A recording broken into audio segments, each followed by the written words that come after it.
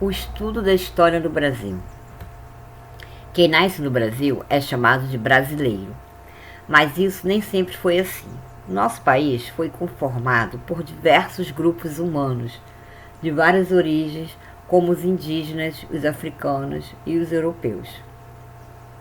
Os brasileiros são uma mistura desses povos, quer dizer, todo mundo, cada etnia dessa colabora com a nossa existência hoje. Que desde os primeiros momentos ocuparam o nosso território e nele se desenvolveram, e de outros que vieram para o Brasil mais recentemente. Por isso, conhecer as origens dos brasileiros, a forma como se organizaram, o espaço para viver, o trabalho que realizam, nos permite conhecer melhor a história do Brasil. Da mesma forma, os historiadores utilizam documentos produzidos pelos povos que ocuparam o Brasil para saber mais sobre como nosso país foi formado. Ao conhecer melhor o que aconteceu no passado, é possível descobrir o que permaneceu e o que foi transformado ao longo do tempo. Para conhecer o passado, os historiadores classificam e analisam e interpretam diferentes tipos de documentos, reunindo informações necessárias para seus estudos. Então, quer dizer, todas as informações que nós precisamos, nós vamos encontrar lá atrás, na nossa história. E a fontes de história, fontes históricas, são as formas que encontramos para conhecer a história. São várias fontes históricas, entendeu? Vamos estudar a fonte oral, né? Contando história, lendo livros, lendo revistas, conversando com o outro, que o outro vai te contar o que aconteceu. Então, os vestidos deixados pelos seres humanos lá atrás será o nosso objeto de estudo no futuro. Temos também pinturas que se foram feitas por essas pessoas no passado. Essas pinturas são chamadas de rupestres. O estudo dos primeiros habitantes do território que hoje chamamos de Brasil pode ser feito, por exemplo, por meio das pinturas rupestres, feita por esses habitantes ou pelos objetos usados e produzidos por eles. Já a vida dos povos indígenas do século XVIII pode ser estudada investigando-se os quadros de artistas que viajavam pelo Brasil naquela época e registraram o que viram, certo? Então aqui, ó, as pinturas rupestres são esse tipo de pinturas aí, ó, esses desenhos. São vários desenhos desse tipo. A cerâmica tapajônica. Essa cerâmica é a cerâmica que os indígenas usavam naquela época para trabalhar e fazer seus trabalhos artesanais, né? Aqui eles construíam várias coisas sobre a sua cultura, sobre a sua própria história. Para estudar esse período, os cientistas usam vestígios, isto é, prova da existência desses povos, como objetos enterrados, coisas que eles encontram em construções, pinturas em parede, até mesmo o resto de pessoas que viveram nessa época. Sim, o resto de pessoas, resto de animais, resto de plantas, como a gente vai ver aqui. Muitos estudos são realizados pelos arqueólogos e paleontólogos. Os arqueólogos encontraram objetos de diferentes tipos em suas pesquisas. Eles trabalham em sítios arqueólogos, quer dizer, o nome do local onde eles fazem escavações para encontrar essas coisas se chama de sítios.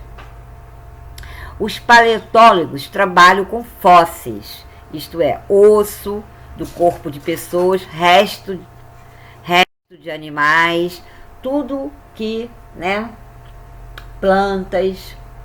Vocabulário. Aqui é um pequeno vocabulário falando sobre o que é arqueólogo, paleontólogos, antropólogos, certo?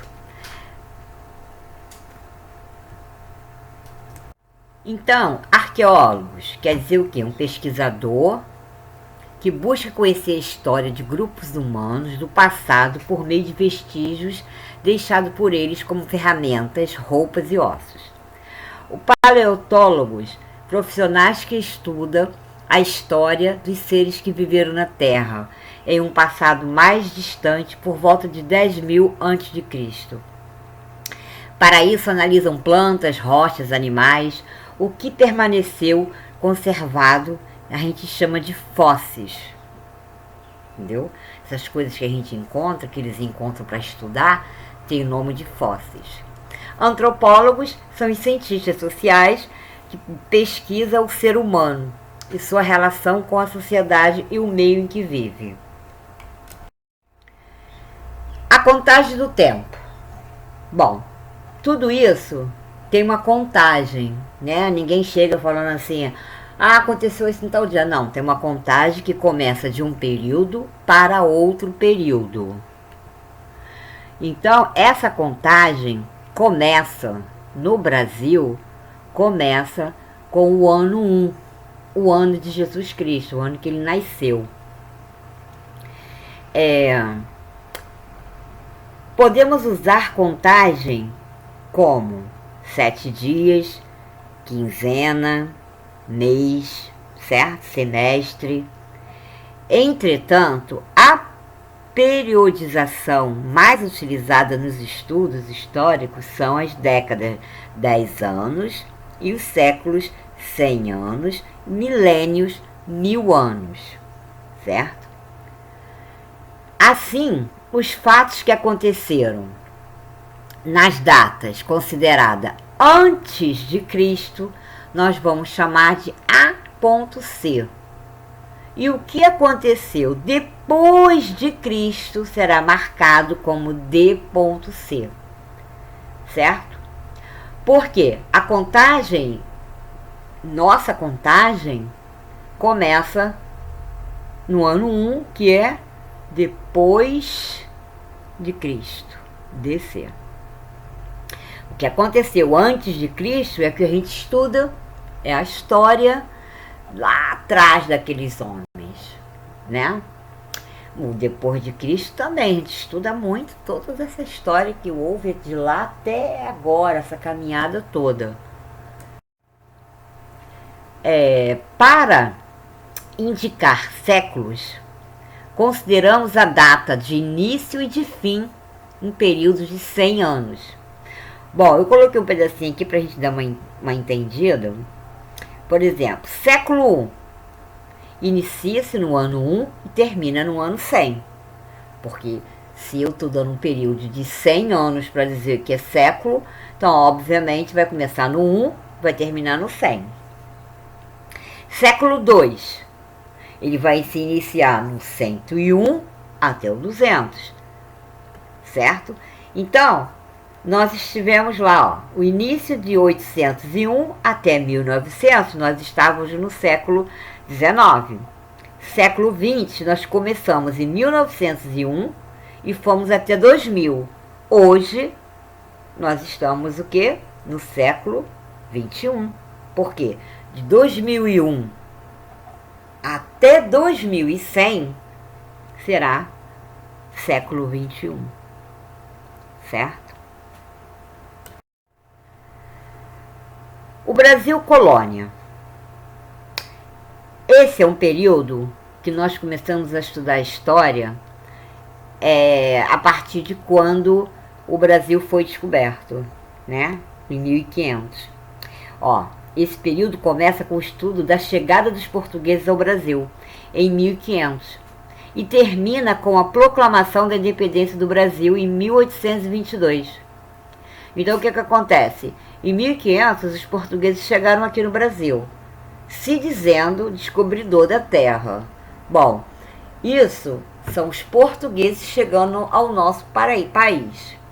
Mas o Brasil já tinha sido descoberto, né? O Brasil já existia por um grupo que eram os índios, né? Já estavam aqui. Só que essa história não foi escrita, ninguém escreveu, ninguém determinou prazo, data, nada.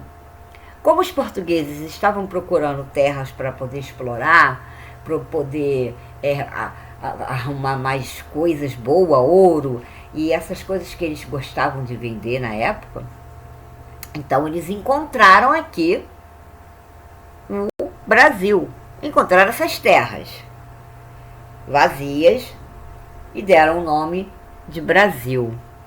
Isso tudo aconteceu em 1500. De lá para cá, ficou o quê? Ficou Brasil colônia, quer dizer o quê? Nós éramos um local que tinha uma pessoa que comandava aquilo tudo, mas que tinha um outro grandão. Quem era esse grandão? Esse grandão era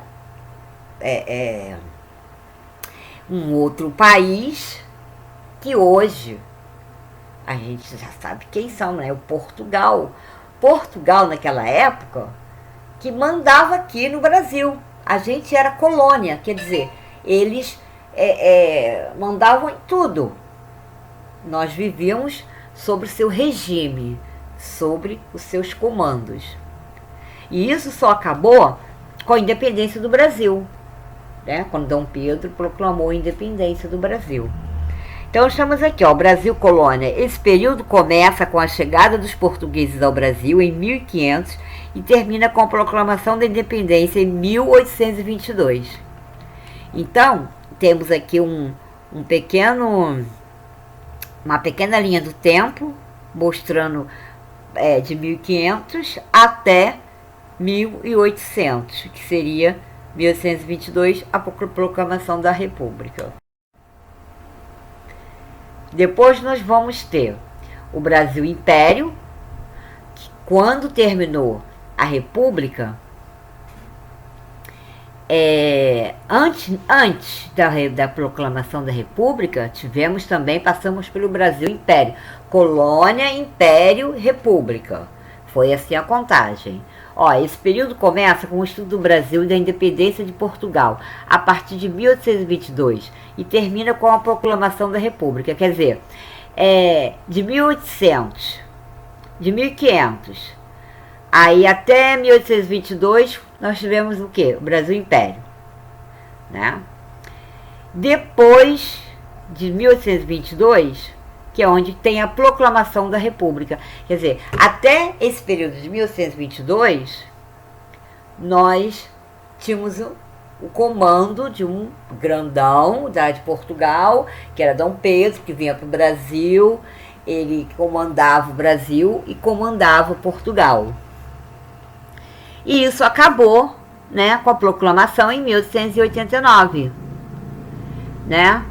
Então, em 1889, a gente se tornou república, que nós temos hoje.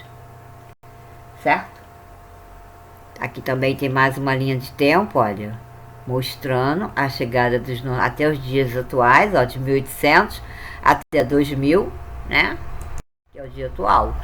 Então, esse é o fim da nossa aula. Eu espero que vocês tenham gostado. Vejam quantas vezes forem necessárias para fazer as atividades do livro, ok? Boa aula para vocês e muitos beijinhos.